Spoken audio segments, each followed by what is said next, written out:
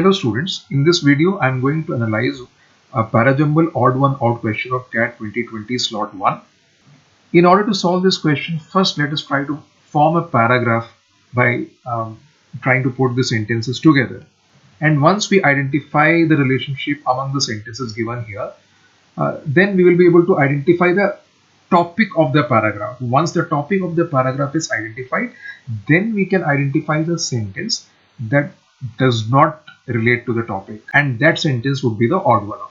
Sentence 1.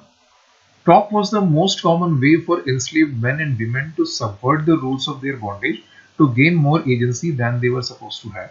This sentence brings forth the fact that uh, for enslaved men and women, that is for the slaves, talk was the way or the most common way to weaken the rules of their bondage to gain better control of the situation. Second sentence, even in the conditions of extreme violence and unfreedom, their words remained ubiquitous, ephemeral, irrepressible, and potentially transgressive. This sentence tells us that even in the extreme conditions of violence and unfreedom, as in the most trying of the circumstances, their words remained ubiquitous. Ubiquitous as in they were very commonly present. They were present everywhere. Ephemeral means short-lived. Irrepressible means something that cannot be stopped, full of vigor. And potentially transgressive. Transgressive means a tendency to break the law.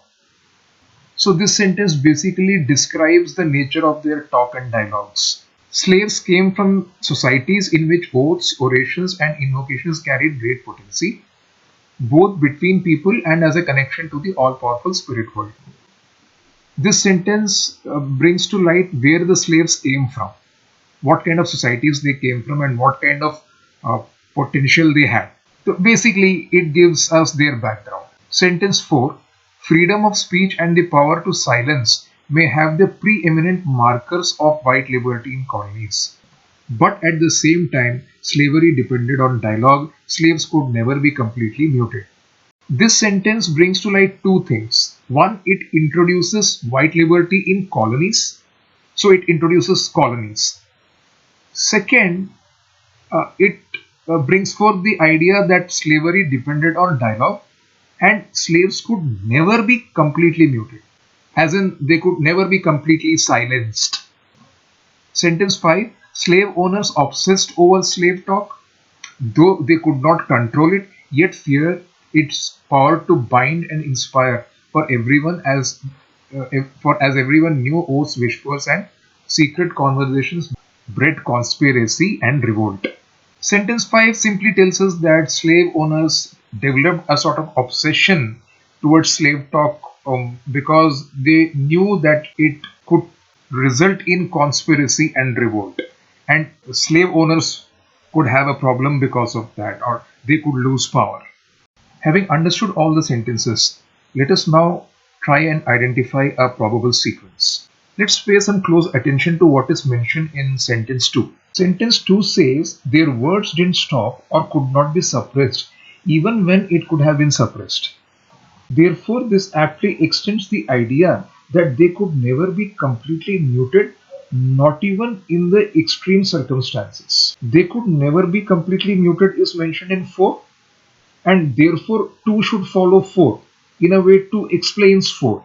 So 4 to form a mandatory pair. Sentence 1 can follow 4 and 2. Let's see how it connects. 4 and 2 mention that 1. Slavery depended on dialogue, and 2. Slaves could never be muted. That is, they stood against the slave rule quite strongly. So, from words couldn't be stopped and slaves retaliated, it can be derived that talk was used to weaken the rules of bondage, which means 1 can be derived from 4 and 2.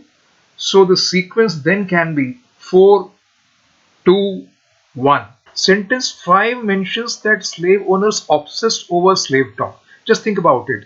Why would they obsess over slave talk?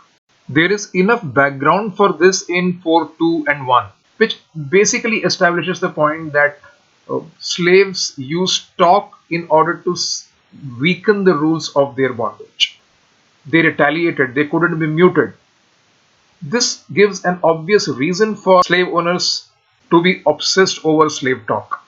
And therefore 5 aptly connects with 4, 1 and 2. What is mentioned in 3? Slave came from societies in which oaths, orations and invocations. Remember, I have already told you that the statement 3 mentions the background of the slaves. So the focus of sentence 3 is the background of the slaves. But the main topic is slave talk and it's used to weaken the rules of bondage. Yes, therefore 3 is the odd one out.